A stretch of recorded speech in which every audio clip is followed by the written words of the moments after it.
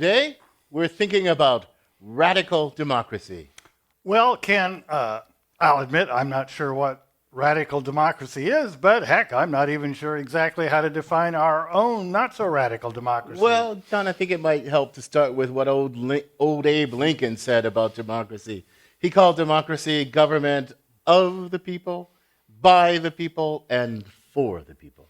Well, I'd say we do pretty well with the of part, a little less well with the by part, and I think we kind of totally lost it with the for part. Well, I actually think radical Democrats, as I understand them, might actually agree with you. And I think it might help us to understand why if we went through all of the of, by, and for, but let's start with the of part. Well, the government of the people means that the people are the ones who are governed. All the people are equally subject to the laws. The rights and privileges don't apply only to the rich and noble. The burdens and duties don't fall only on the poor and hardworking. We all get traffic tickets. We all pay taxes. At least in theory. I mean, if you got enough money, you can hire some fancy lawyers. But you know what? Let's not harp on that for a minute. Let's think about the by part next. So there's two components here. The basic idea is it's not only the people who are not just the ones who are governed, but the people who do the governing. For one thing, there are no distant kings or colonial masters. The rulers are citizens of the same thing that they govern. Secondly, and what most people think is the essence of democracy, the ruling class, that is the ruling group, the ones who do the governing, is chosen in a fair and equal way, not only from among the governed citizens, but by the governed citizens. Again, true in theory, nice theory. Not so sure in practice. I mean, we are one of the world's last standing colonial powers, as Puerto Rico and Guam, Puerto Rico. Right, yeah. And I don't have to tell you, because you're always railing against the U.S. Senate, that's one of the least representative bodies in the entire democratic world, but you know. Yeah, sure. Delaware has a vice president and 2 senators, less than 1 million people. California, 35 million people, 2 senators. But who's complaining? At least we try. We take the idea of government by the people very seriously. Let some unelected tyrant try to usurp political power, and the American people would respond pretty harshly. Yeah, right. The unelected Supreme Court, Supreme Power, for example. Feeling a little cynical today, are we, Ken? Well, a little bit, but let's focus. We're talking about radical democracy, so let's focus on the idea of a government for the people. That's the one where I think we might kind of fall short, and I think that's part of the stick of the radical democracy. Yeah, I mean, for is a complicated concept. It's what is this all about? Who benefits from this? What is it we're trying to do? It's gonna apply to all of us, and we're all gonna decide together. But what is it we're trying to do? That's an important thing, and maybe American democracy isn't too explicit about what that comes from. Well, yeah, I mean, because here's one of the questions for the rich people, the rich and powerful people. The poor and the downtrodden people? Which people, John? Well, all the people. But you might think that a government of and by the people is pretty guaranteed to actually work for the people. Well, actually, that's one of the ideas at the core of the so-called liberal democratic tradition. If you've got a government of and by the people, it's going to work for the people because they own it. And it's supposed to be that way. Look at the preamble to the Constitution. It says, we the people, that's the of and the by part, establish this Constitution in order to, that's the for part, form a more perfect union, okay. Establish justice, sure. Ensure domestic tranquility, that's good. Provide for the common defense, that's good. And promote the general welfare. That's the key of the for part. It's not clear we pay a lot of attention to that. Exactly. Count me skeptical. Now, one of the things I think is that the transition from the of and by the people to the for the people is not nearly as automatic as our founding fathers thought. I mean, because if it was, we wouldn't be suffering from such extremes of poverty and wealth in the world's so-called greatest democracy. You may be asking more than any democracy can deliver. Well, that's certainly more than any liberal democracy with a mere emphasis on formal equality can deliver. But you know what, John? Maybe, just maybe, we need a more extreme vision of what a true democracy looks like. Maybe we need radical democracy. Well, I would like to know more about what that would look like. So, to learn about the promise of radical democracy, we sent our roving philosophical reporter, Shuka Kalantari, to speak to a true believer, and she files this report. On October 5, 2011, over 15,000 people gathered on Wall Street in New York City. Tens of thousands more gathered in Tokyo, London, Paris. Cities around the world followed suit. The Occupy movement was in full swing, and it promised hope of a new democracy. We were forming a community. There was a kitchen and food was being donated. Magic Altman is a California writer and activist who was part of Occupy San Francisco. Within weeks, we actually had created community and were working towards creating a democracy. Altman says the first step towards a radical democracy is to take over public spaces. The heart of a city is where people gather. The Occupy movement did that. But Occupy is over. And critics would say it didn't work. It's not that it didn't work. We were crushed. We were violently crushed. 19-year-old girl dragged across the street by the police.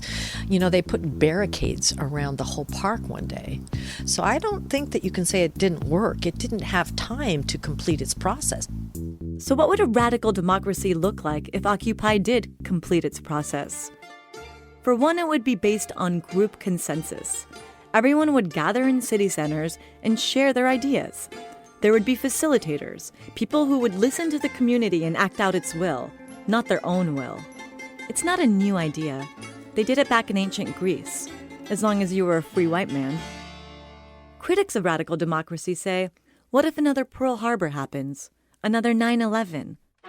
We don't have time for talking circles if we just got attacked. You can suspend the consensus process for an emergency when we consent to let this person or this team strategize to come up with a plan. They would come back with a plan, and unless there's a profound ethical and moral objection, we would go forward with that. So you can act quickly.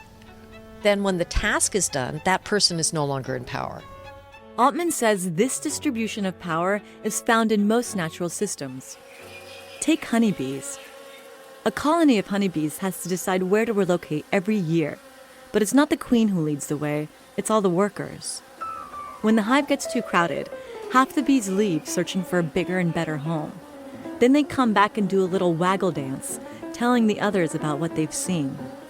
Then the other bees check out the sites their friends described. They come back and do a waggle dance to vote. Each bee comes to their own conclusion. They go out, assess the situation, and give an informed vote. 99% of the time, they end up choosing the best possible new habitat for a beehive to thrive. But we're not bees. In our country, it was founded on winning and losing. The Europeans colonized. We took over. Our system is based on conquest. It wasn't freedom for all. We had conquered and killed and massacred. It was a devastation. So that's why in our so-called democracy, we are still using win-lose dynamics to define how we created democracy. Whereas real democracy means that everyone is represented, that everyone has a voice, that everyone matters. People sometimes ask Magic Altman, our two-party system is far from a radical democracy. Why waste your time on this stuff?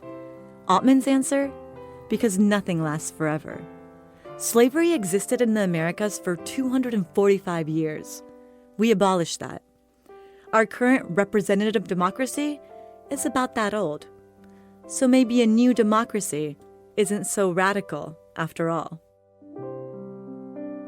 For Philosophy Talk, I'm Shuka Kalantari.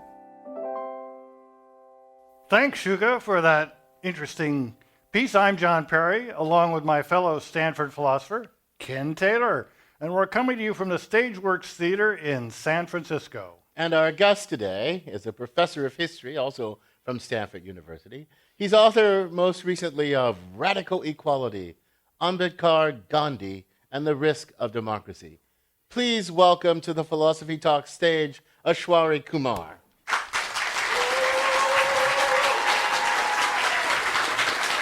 You got a big fan out there. Aishwary, what drew you to the topic of radical democracy?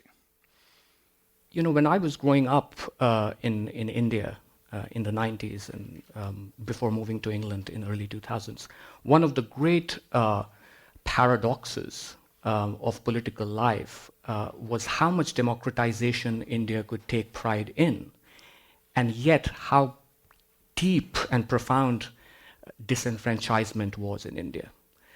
It was a paradoxical democracy. It still is, because formal equalities exist along with extreme forms of oppression.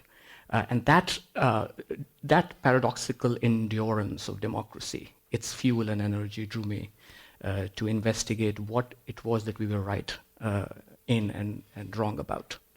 So it was sort of your birthright to be interested in the struggles of democracy. Now, in your writings, you distinguish liberal democracy from radical democracy. It's pretty clearly you like the radical democracy.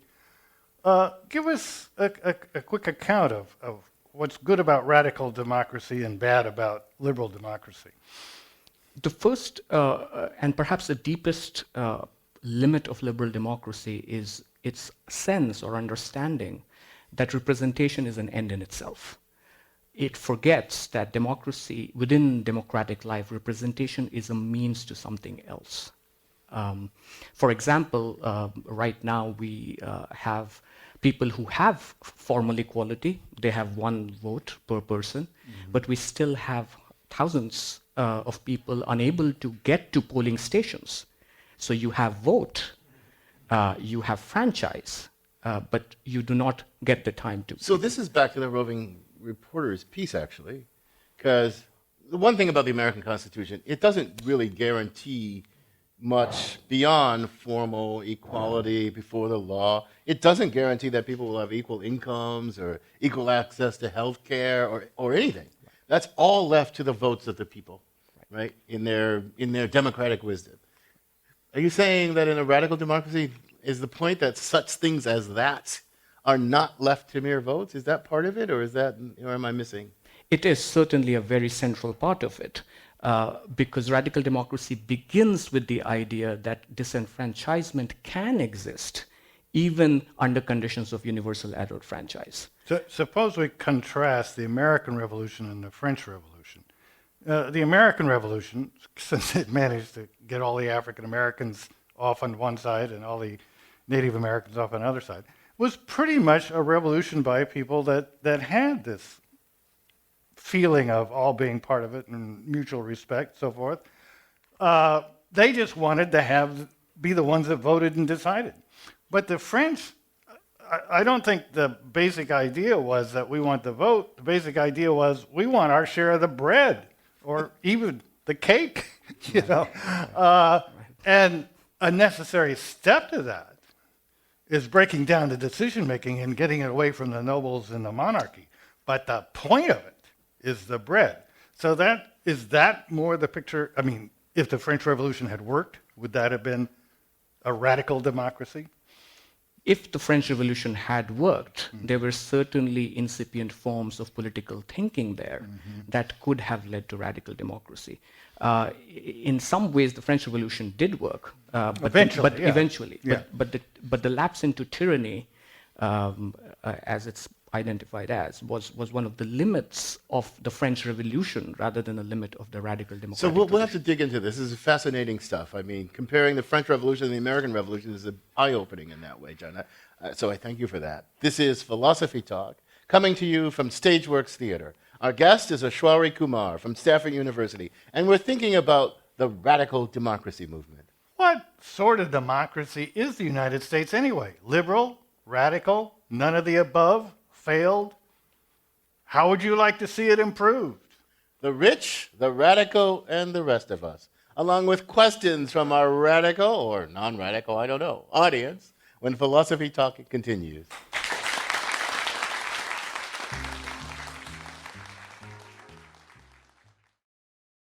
Caucuses can vote however that they may. My superdelegates will do what the donors say. It's all like money in the bank. This country is so not because you know that money is king.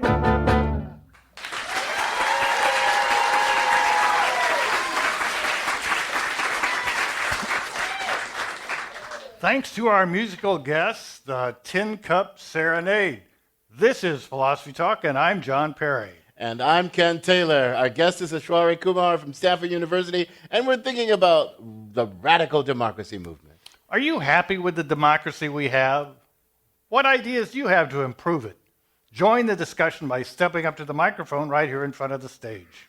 So as far as I understand it, at the core of radical democracy is this demand for what's called radical equality. Now, I understand formal equality under the law. I got that. Right? Everybody gets the right to vote. Everybody has free speech. I understand kind of substantive material equality. Everybody has enough. Some inequality is permitted, but it's got to be justified. But I'm not quite sure I know what people mean by radical equality. It seems different from these other two. Is that right? It's right. The fundamental difference would be that radical equality refuses, or theorists and thinkers of radical equality refuse to separate the question of freedom from the question and demands of equality. Radical equality is the equal sharing of our freedom. What does that mean, the equal sharing of our freedom? Demonstrate how we could not share our freedom equally. The first could be, going back to the example of representation, it could be that everyone, irrespective of how much money they have, what neighborhoods they live in, how far they are from the polling stations, actually takes part in the political process. It's the refusal of what within liberal democracy becomes an inclusive exclusion. Okay, so take, the Supreme Court case that everybody's all up in, that made corporations... United. Citizens United. Yeah, Take Citizens United. Please, take it. Take it. Corporations can give all the money they want, not to candidates, but to PACs and all that sort of stuff. Corporations are persons, their money is speech, so they have the equal right to free speech. Okay, so if you got a lot of money, you could have a lot of speech. Right? And if I don't have a lot of money, I can't fund a super PAC. All I can do is stand on the street corner. I don't even have access to the media. Now, is that the kind of thing where we both have a kind of formal freedom, but we don't share that freedom equally? Is that the kind of thing? That's accurate. And the problem with liberal democracy is not simply that it cannot eradicate this inequality or exclusion. The problem with liberal democracy is that it is historically constituted with this primacy of property and wealth. Essentially, you were a subject precisely because or only if you owned property. This goes back to the great English tradition of But that's, well, right, but is that essential to the tradition of liberal? That's like a historical thing, right, that it takes us centuries to overcome. It takes constitutional reform and all that stuff to overcome, so that even the poor guy gets the vote, even the non-property guy gets the vote and gets a voice. But it sounds like you're saying that isn't even close to far enough, because as it were, the means of political participation are not equalized. The means of participation, but also the right to assembly. Some of the basic human obligations and duties are actually steamrolled under this very sustained and enduring liberal problem and liberal commitment to property rights. So the poor get the vote, they do not necessarily get speech. So there's some good things about liberal democratic tradition. I mean, you know, the no taxation without representation thing, that's a darn good idea. And I do think the founding fathers did believe kind of implicitly, if you set up kind of fair procedures that and equal access to those procedures and all that. So these formal rights, right? These formal political rights, how do we put the of and the by part? Then that the for would take care of itself, because it's some people doing the voting. It's the people doing the self-governing. What's wrong with that idea? I mean, why doesn't that work? Why doesn't it automatically follow? If I give you of and by the people, then since it's the people doing this thing, it will work for the people. Right. I think why it doesn't work is simply because of the great tension that is lodged within the American liberal democratic tradition, namely the tension between freedom and equality. American constitutional tradition does succeed in one substantive way, in that it does not lapse into the kind of authoritarianism that the French tradition does for a brief time. What happens, however, there is a privileging of freedom. For example, the freedom to pursue the accumulation of wealth. Right? the proverbial American dream issue, right? You have that freedom. But the other side of that freedom is also that this search for wealth, this primacy of affluence, cannot but lapse into certain forms of mastery, first at home and then overseas. So there's nothing in the structure of this government, of this constitution and this polity that says, well, look, if it runs too much that way, it stifles out this other value, and there's nothing to kind of pull it back. There is a very strong egalitarian tradition within American thinking, but it is not, at least for the best part of the last century, and now we are seeing that very starkly, it is not sufficiently strong to pull back our infinite hunger for liberty. Let me contextualize this a bit for my own purposes. In India, the person we all know in the West is Gandhi, but there's this other fellow that I've learned about recently, Ambedkar, and they're both big figures in the birth of Indian democracy, and they didn't agree on everything. Was that a difference between Gandhi being in favor of a liberal democracy and Ambedkar having a more radical vision? And can you tell us a little bit about that? Yes, I think they differed on many things, but in the end, I believe, and it's a widespread notion that they differed over the question of caste reform. Caste reform, the caste system in India. Yeah, because Gandhi actually believed in his own radical way that equality was possible within the framework of caste inequality. Okay, and he was a fairly high caste person, yes. Gandhi. Ambedkar, possibly the greatest moral thinker that you have not heard about, was born into an untouchable caste. He was such a prodigy that his Brahmin teacher gifted him his own surname, which is why Gandhi, when he met Ambedkar for the first time, thought Ambedkar was a Brahmin. He was so articulate. So now I think I understand something about why, in the circumstances you grew up, the radical democracy movement has such urgency. Because you think about India. I mean, India is a vast, complex country that I don't even pretend to understand. So excuse my oversimplifications. But so they emerged from colonialism. They want to become a democracy. There's no ever dictatorship. The communists never got much of a foothold. But they've got this, well, the Marxists would call it rigid class structure, but I gather caste is beyond even class. Right?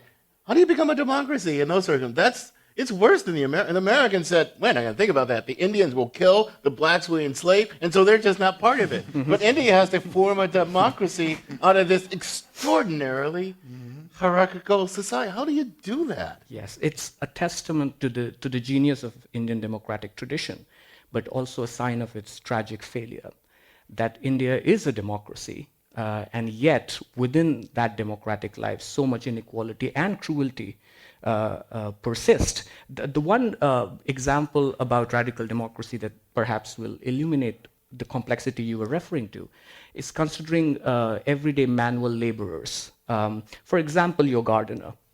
You have gardens, they grow your vegetables, you live in large government bungalows, and every morning you offer flowers during your prayer. These are kids, maybe 17, 18, as young as 12, who will run to you in the morning to bring you those flowers. But you take those flowers from them from a distance. You will take those flowers from them, but you would make sure not to touch them.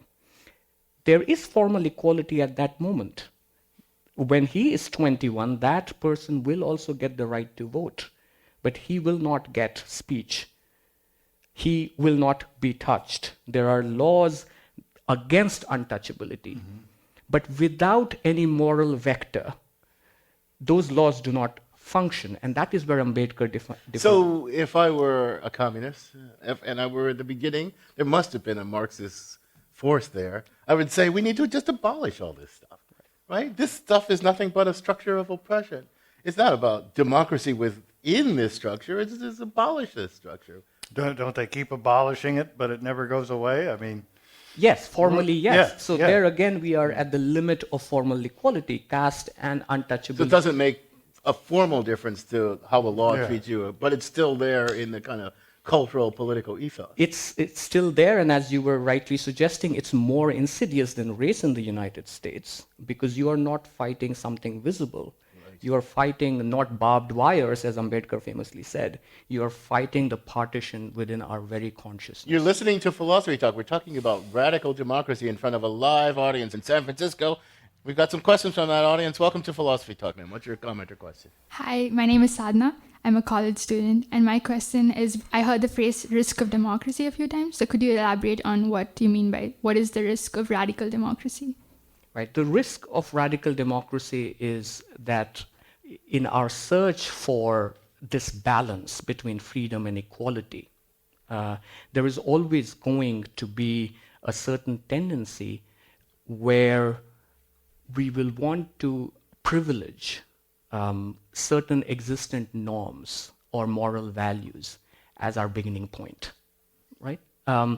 You have a democratic tradition where freedom and equality are in tension, but with someone like Gandhi, you see a completely radical break from the democratic tradition. He's a very, he often explicitly critiques Republican forms of democracy, partly because he believes that the primacy of our common shared life must reside in our shared moral values.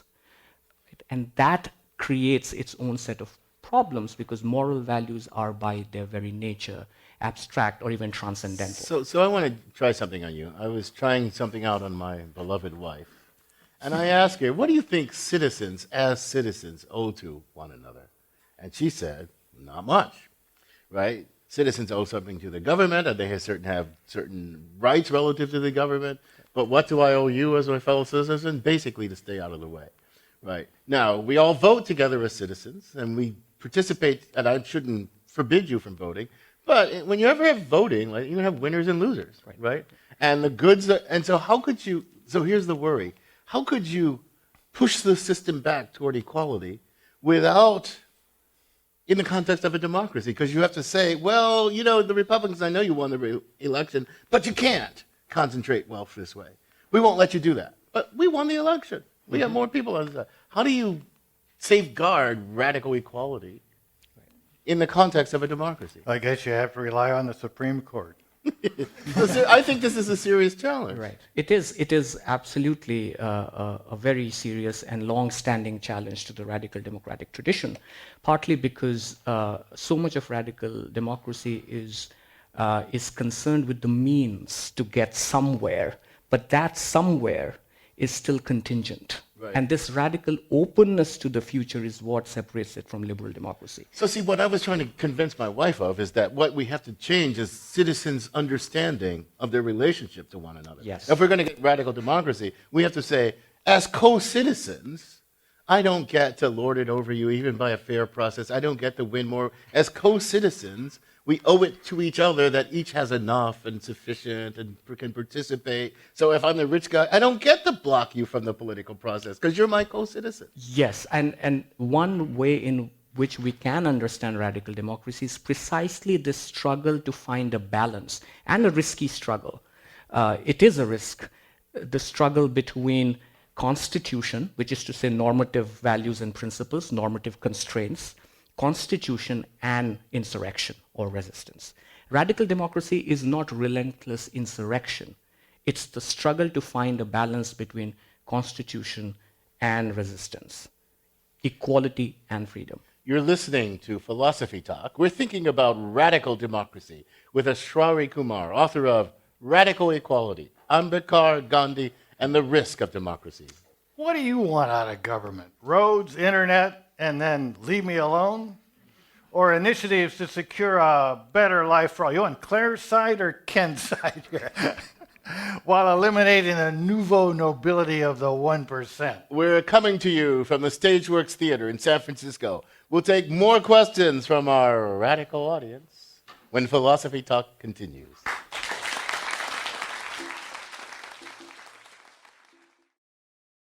You can have a new car and a motorbike. You can watch me on TV whenever you like. Watch me when I happen to sing. Cause you know very well I say you know that money is king.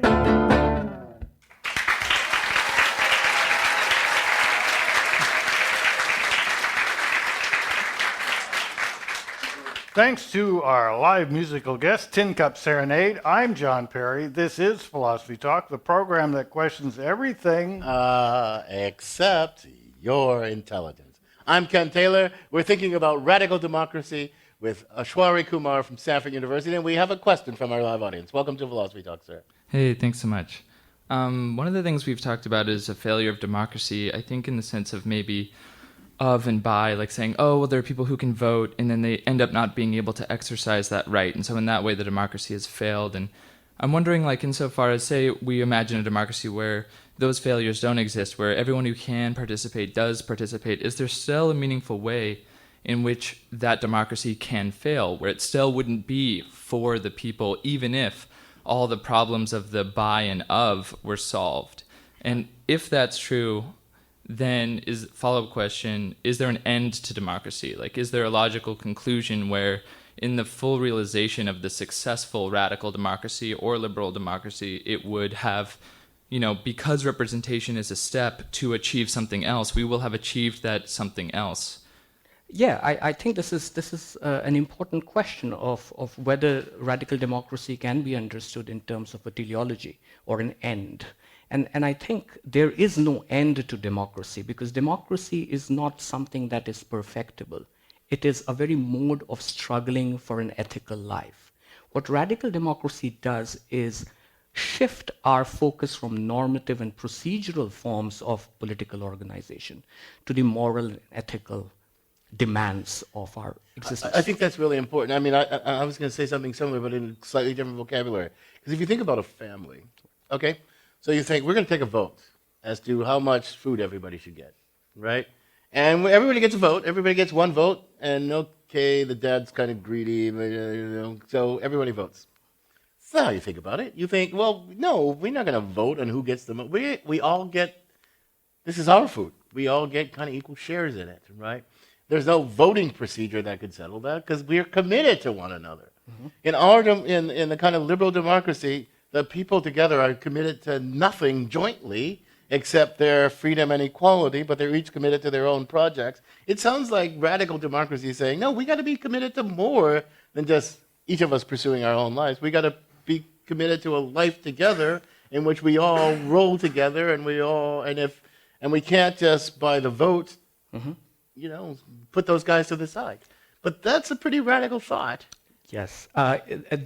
With one extension here, that if this were to happen in the so-called radical democracy or radical democratic family, then the question here would be not whether the father renounces his portion for a hungry child or daughter. The question would be whether the entire family could relinquish its food for a neighbor's family.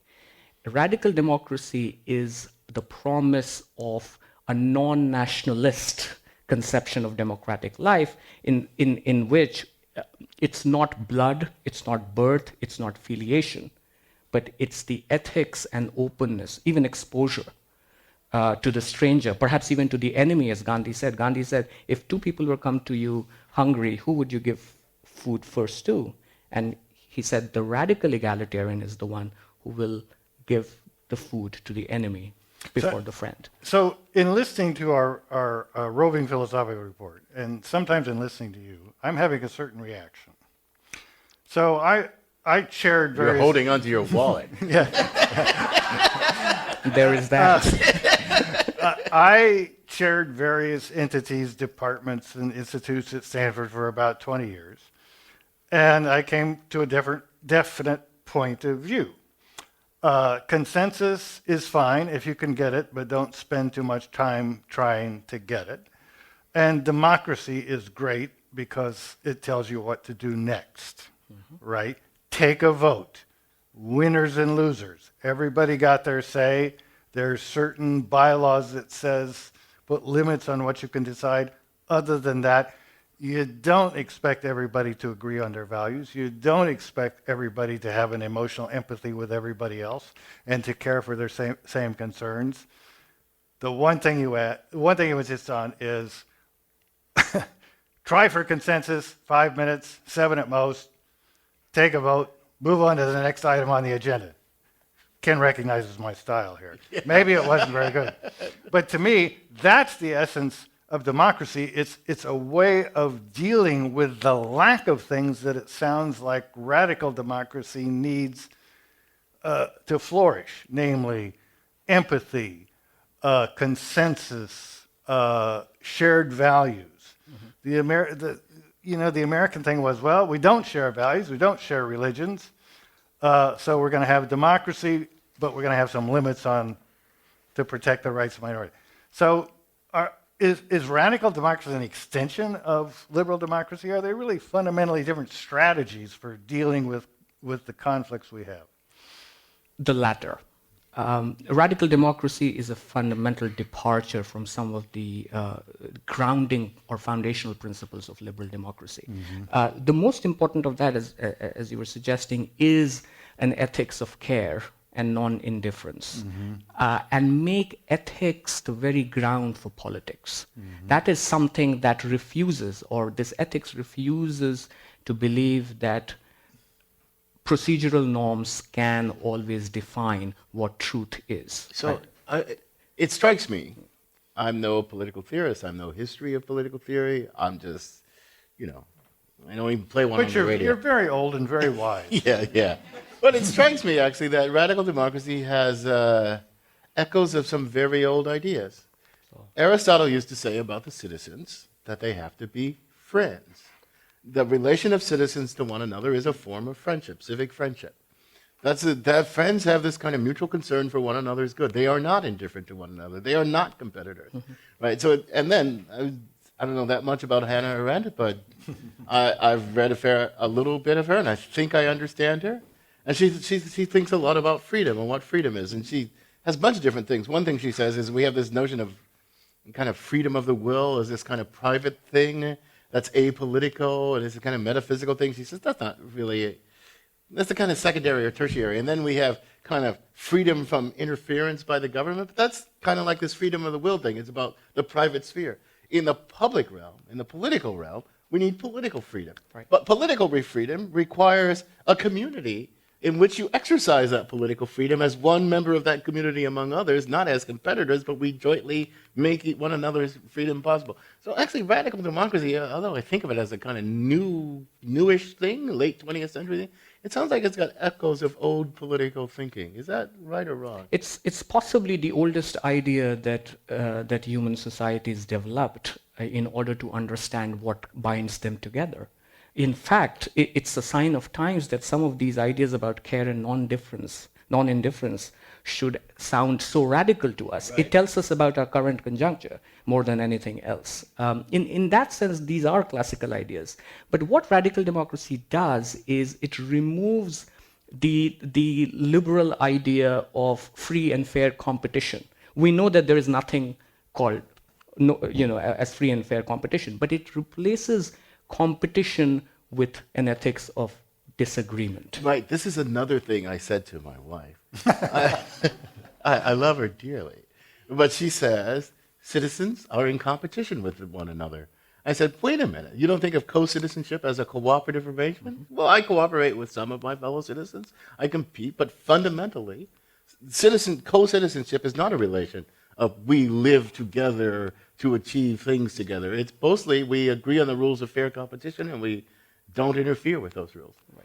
And agreeing with a set of fair rules that apply to everyone can actually breed indifference. Right. Welcome to Philosophy Talk, sir. Hi, I'm Don. I live in San Francisco. I'm a Stanford grad. I can't decide whether you guys are saying that we need more perfect citizens to have a more perfect democracy, or we need a more perfect democracy to have more perfect citizens. But since we don't have either of those things, there seems to be an assumption that if we have a more perfect democracy, we'll make better decisions. But we know that democracies make bad decisions. They go to war. They pass unjust laws. They enforce segregation. I don't think that we can assign that to the difference between a liberal democracy and a radical democracy, so I'd like your thoughts on that. Yes, absolutely. I think you're right about the many bad decisions that democracies and liberal democracies today make. We go to war because we believe it protects our collective security, for example. But But what radical democracy says is not, it does not ever relinquish the idea of freedom itself. It just realigns the centrality of politics. It shifts politics away from concerns that require us to be fearful, concerns that require us to invest billions of dollars in defense. It realigns that priority, that concern for security, into something that is more relatable to us on an everyday level.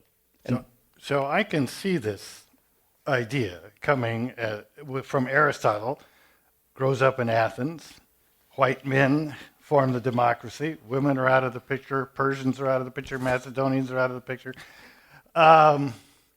So why shouldn't they all be friends? India seems about as diametrically opposed to that situation. All these different, two or three big different religions, and then lots of sects in each of them, different areas of the country, different languages, history. Right. Radical democracy is not made for radical pluralism. Yes.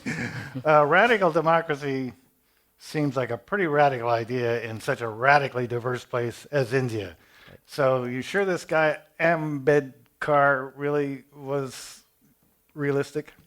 Yes, I think what we see in someone like Ambedkar, I mean, he balances a very classical Indic and European tradition, traditions of negative theology and mysticism, and modern traditions of democratic judgment.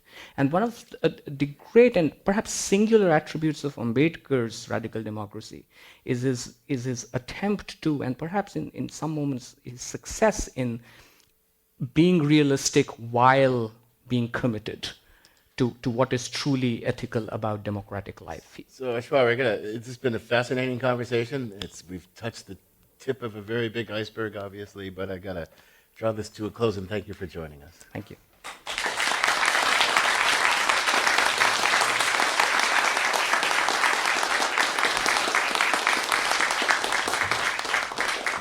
Our guest has been Aishwary Kumar. He's a professor of history at Stanford University, author most recently of Radical Equality, Ambedkar, Gandhi, and the Risk of Democracy. So, John, you got any radical thoughts today?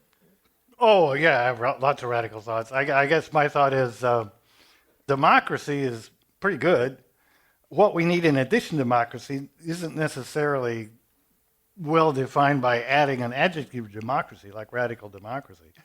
So I think the important thing is when you've got democracy, it doesn't follow you've got a just society. Well, that's probably you've got some of the things involved in a just society, but there's a lot further to go. That's certainly true. That's a really interesting thought, that democracy on its own is not going to guarantee full social justice. I mean, I think the Founding Fathers kind of thought that, because they thought this automatic thing guaranteed the procedural rights and the political equality and good things will follow. That's obviously wrong.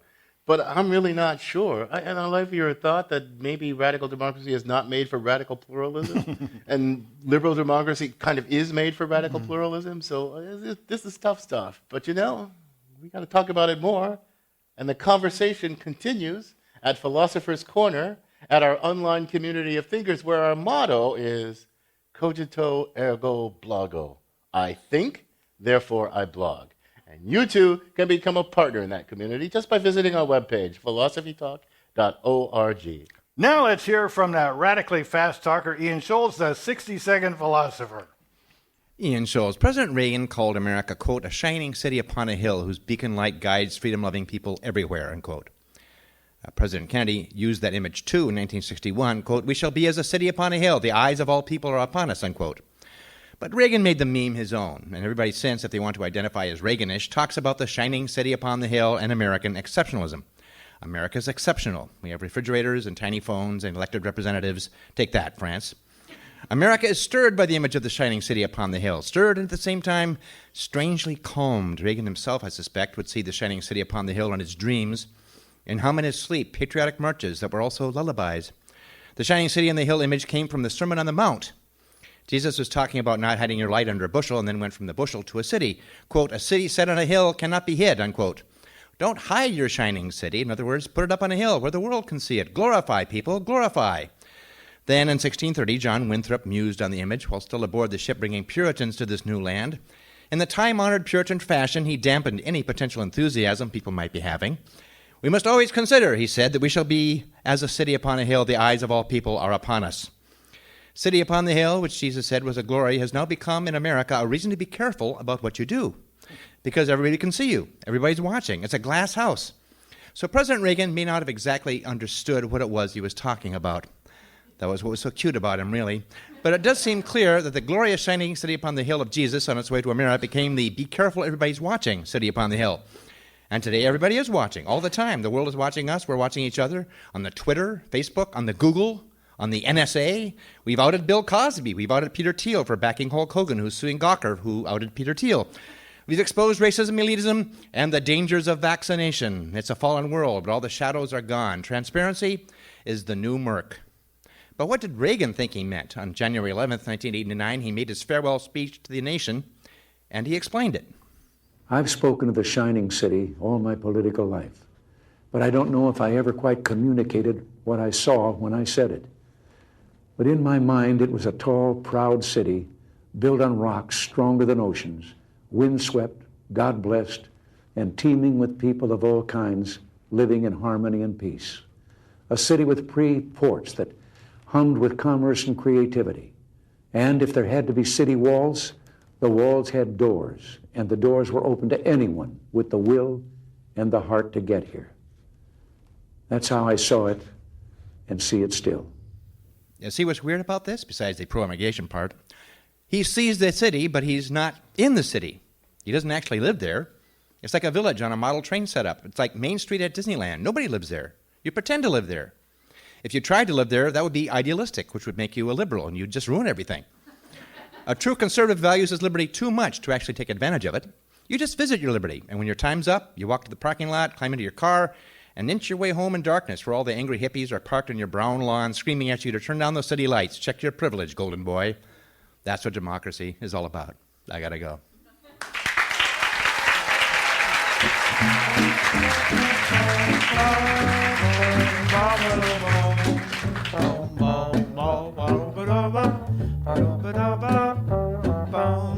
Philosophy Talk is a presentation of Ben Manila Productions and the trustees of Leland Stanford Jr. University. Copyright 2016. Our executive producer is David Demarest. Special thanks to Ty McKenzie, Truman Chen, Dan Brandon, and Crystal Nickerson. Thanks also to our musical guests, Rolf Wilkinson, Noah Schenker, and Larry Light, the Tin Cup Serenade. The program is produced by Devin Strolovich. Laura McGuire is our Director of Research. Our Marketing Director is Dave McAllister. Support for Philosophy Talk comes from various groups at Stanford University and the partners at our online community of thinkers. And from the members of KALW, Local Public Radio San Francisco, where our program originates. The views expressed or misexpressed on this program do not necessarily represent the opinions of Stanford University or of our other funders. Not even when they're true and reasonable. The conversation continues on our website, philosophytalk.org, where you too can become a partner in our community of thinkers. I'm John Perry. And I'm Ken Taylor. Thank you for listening. And thank you for thinking.